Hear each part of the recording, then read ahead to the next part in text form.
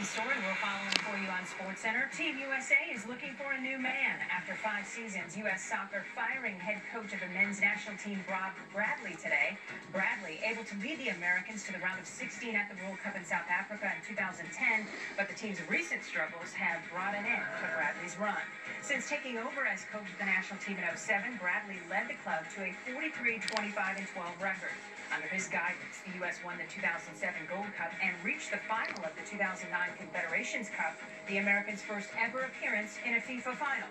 That 2009 tournament was highlighted by a win over Spain, the #1 ranked team in the world. For more, we bring in our soccer analyst, Alexis Lalas, with more on the firing of Bob Bradley. You just told me you were surprised, so why do you think they made the move now? Well, I think a lot of people are surprised at this. Maybe last summer, if this happens, people aren't as surprised, but this came out of left field. Having said that, I think that this is much more about the brand of U.S. soccer. And the president of U.S. soccer, Sunil Gulati, is responsible for a brand that is U.S. soccer. And I think this is the start of a rejuvenation, because there is a kind of malaise that has overtaken U.S. soccer. The usual suspects are going to come out. First and foremost, Jurgen Klinsmann. Right? This love affair continues on and off again. He is going to be at the top of the list, and a lot of people feel that he is possibly the next coach of the U.S. men's national team. There's a couple other names. If you look domestically, you're talking about Ziggy Schmidt up in Seattle, Jason Christ at Real Salt Lake, Dominic Kinnear over in Houston. But I think a lot of the focus over the next couple of weeks is going to be on Jurgen Klinsmann, because this U.S. national team has a big game coming up on August 10th against Mexico. So we'll have to have somebody on the sideline at that point. You mentioned some of the names out there as possible replacements. What kind of coach does this men's program need right now?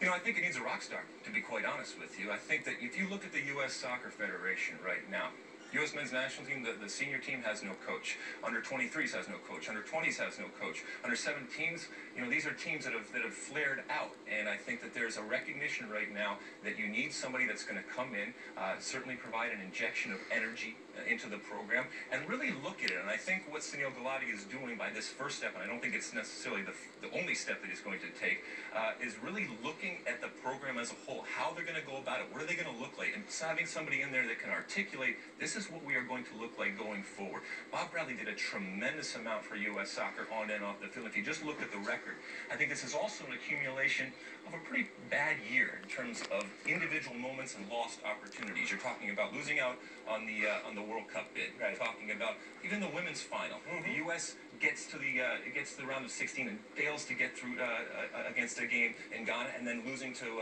Mexico this summer in the Gold Cup. All of those things, they're not all Bob Bradley's fault, but all of those things combined, I think, put a lot of pressure on Sunil Gulati to go out there and make a change. Now, nobody's ever called Sunil Gulati dumb. He's a smart man, and I think he wouldn't have done this if he didn't have somebody already lined up. Well, U.S. men's soccer team, a team in transition. Alexis Lalas with the latest.